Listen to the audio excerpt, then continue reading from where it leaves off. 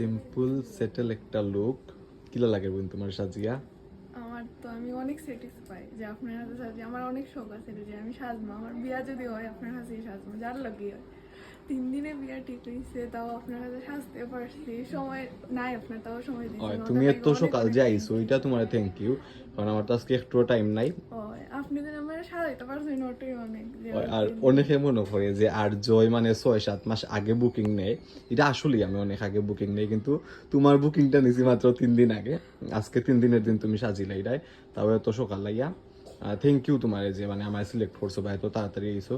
আর খুব স্নিগ্ধ লাগে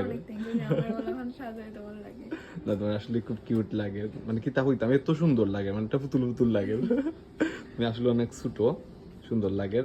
আর প্রচুর গরম বোন, সাবধানে থাকবাই।